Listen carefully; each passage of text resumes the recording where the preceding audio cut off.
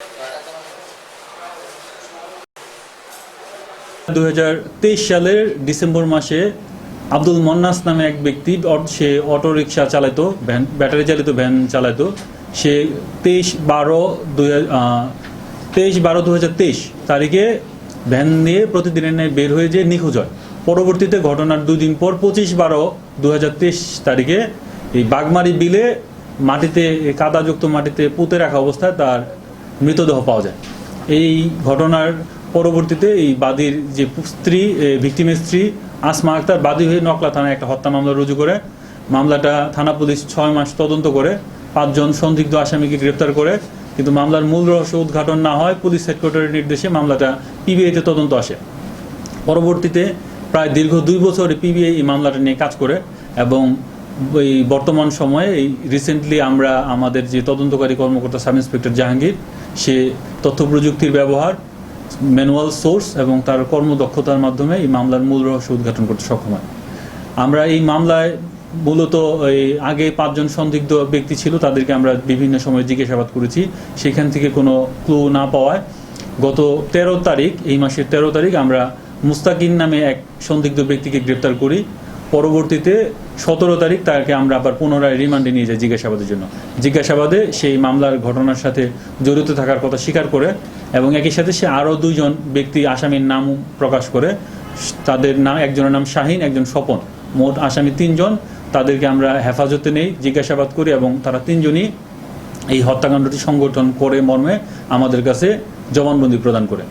পরবর্তীতে তাদের জবানবন্দির সত্যতা যাচাইয়ের ক্ষেত্রে তারা যে এই ব্যাটারি চালিত যে অটো রিক্সা বা ভ্যান যেটা তারা আত্মসাৎ করেছিল, সেটার যে বিভিন্ন খণ্ডিতাংশ সহ ব্যাটারিগুলো যে বিক্রয় করেছিল যে দোকানে, সেই দোকানের মালিকের সাথে আমরা তাদের নিয়ে অভিযান পরিচালনা করি এবং এই মালিককে চিহ্নিত করি এবং তার মাধ্যমে নিশ্চিত হই যে হ্যাঁ, প্রায় 3 বছর পূর্বে তারা এই দোকানে ব্যাটারি বিক্রি করেছিল। মানে আমাদের যে তাদের যে জবানবন্দি এবং সাক্ষীর যে সাক্ষ্য, দুটো করবোরেট করে প্রতীয়মান হয়েছে যে তারাই এই হত্যাকাণ্ডটি সংগঠন করেছে। এই হত্যাকাণ্ড সংগঠনের যে মূল কারণ তারা জানায় যে ভিকটিম মন্নাস, এই যে 3 জন আসামি মোস্তাকিন, শাহিন এবং স্বপন, তারা আসলে বন্ধু বৎসল ছিল। তারা বিভিন্ন সময় বিভিন্ন জায়গায় আড্ডা দিত, বিভিন্ন ধরনের বিভিন্নভাবে সময় ব্যয় করতো। এর মধ্যে তাদের একটা জায়গায় বেশ মিল ছিল।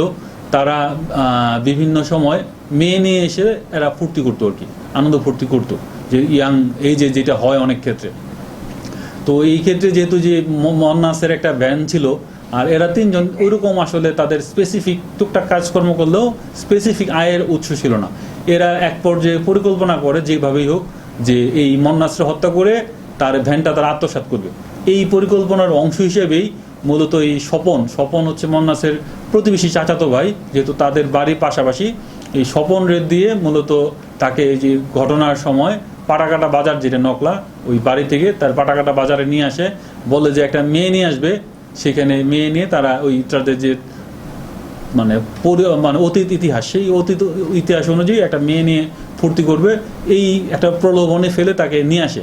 সন্ধ্যার দিকে নিয়ে আসার পর তারা ওইখানে যে মোস্তাকিন এবং শাহিন ছিল, এই 3 জন আসামি এবং এই ভিকটিম, এরা একত্রে চাটা খেয়ে সময় পার করে রাত 10টা পর্যন্ত। এক পর্যায়ে স্বপন বলে যে মেয়েটা চলে আসছে, বাগমারি বিলের এখানে চলে আসছে, আমাদের এখনই যেতে হবে।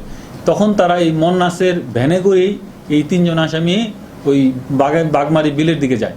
বিলের কাছাকাছি যাওয়ার পর এই মন্নাস পার্শ্ববর্তী ওখানে একটা বাড়িতে ভ্যানটা তালা দিয়ে ঘটনাস্থলে পৌঁছানোর সাথে সাথে তাদের যে পূর্ব পরিকল্পনা সেই মোতাবেকই মোস্তাকিন এই ভিকটিম মন্নাসের গলা পেঁচেই ধরে হাত দিয়ে এবং বাকি 2 জন এদের এলোপাথারি কিল ঘুষি মারতে থাকে।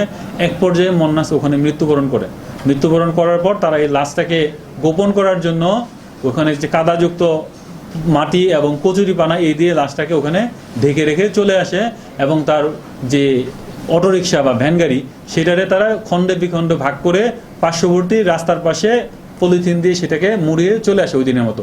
পরদিন সকালে ভাঙ্গারির লোকের কাছে যে লোহার পার্টস বডিগুলো আছে, এগুলো তারা 8,000 টাকায় বিক্রি করে দেয়। এবং যে ব্যাটারি চারটা আছে, এই ব্যাটারি চারটা এই মন্নাস, এই শাহিন এবং মোস্তাকিন, এরা নিয়ে আপনার নকলা বাজারে খন্দকার গোলাম কাউসার লিজনের দোকানে ভাই Khandakar cycle store and battery house, এখানে 14,000 টাকায় বিক্রি করে। পরবর্তীতে তারা এই যে টোটাল টাকা 22,000 এটা তিনজনই ভাগ বাটোয়ারা করে নেয়। এই মামলার প্রায় 3 বছর সময়কালীন সময়ে 5 জন পূর্ববর্তী সংস্থা ধরলেও এরা প্রতিনিয়তই হাজিরা দিয়ে যাচ্ছিল, কিন্তু মামলার মূল রহস্য উদ্ঘাটিত হচ্ছিল না।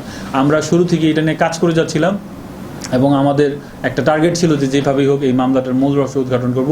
এরই ধারাবাহিকতা 3 বছর পর আমরা 3 জন আসামি শনাক্তপূর্বক ধরতে সক্ষম হই এবং যারা 3 জনই আমাদের কাছে স্বীকার করছে যে তারা এই ঘটনা হত্যাকাণ্ডটি সংঘটিত করেছে, এবং আমরা অতি দ্রুত সময়ের মধ্যেই তাদেরকে বিজ্ঞ আদালতে প্রেরণ করব তাদের স্বীকারোক্তিমূলক জবানবন্দি প্রদানের জন্য।